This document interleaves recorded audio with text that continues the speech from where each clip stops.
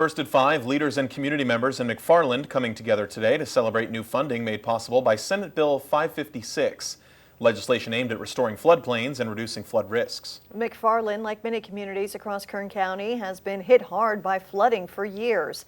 Eyewitness News reporter Michelle Roldan was at the celebration and joins us now with what local leaders shared and how the community celebrated. Michelle.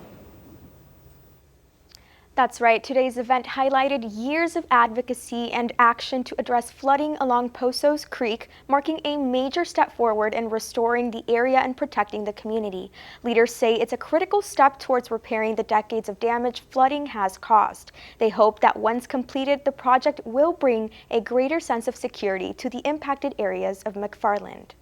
City of McFarland now has a pathway to a solution thanks to funding from Senate Bill 556. We were able to secure $21 million to work on floodplain restoration projects, particularly in communities where there's risk of flooding, like the community of McFarland. Poso Creek's most recent flooding in 2023 forced families to evacuate. In response, Senator Melissa Hurtado and other leaders brought the issue to the state Senate, requesting $43 million, but ultimately receiving only about half. Kern County Supervisor David Couch pointed out that this isn't necessarily a loss, but a start. Half of the funding's there, and hopefully the state releases other funding for all these projects to be completed. Senate Bill 556 provides funding for floodplain restoration projects across Tulare, Kings, and Kern counties, aimed at improving flood protection and boosting groundwater recharge. Senator Hurtado, who authored the bill, says the next step is to start moving projects forward in this coming legislative session. She was joined in McFarland by Mayor Saul Ayon, representatives from River Partners, and several other community leaders. For many in McFarland, including local students, the celebration was personal. They've lived with flooding impacts for years. Unfortunately,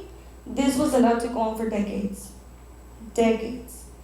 If the change wasn't made then, and the change isn't made today, then when?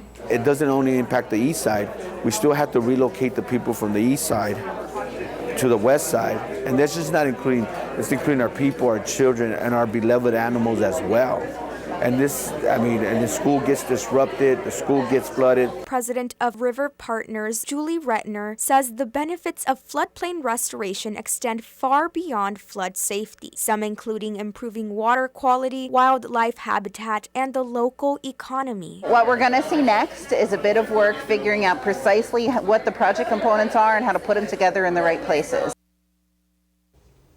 Today marks the start of progress, but many say they're most excited to one day celebrate the finished project sometime in the next few years. In the meantime, leaders plan to keep advocating for more funding. In studio, Michelle Roldan, Eyewitness News.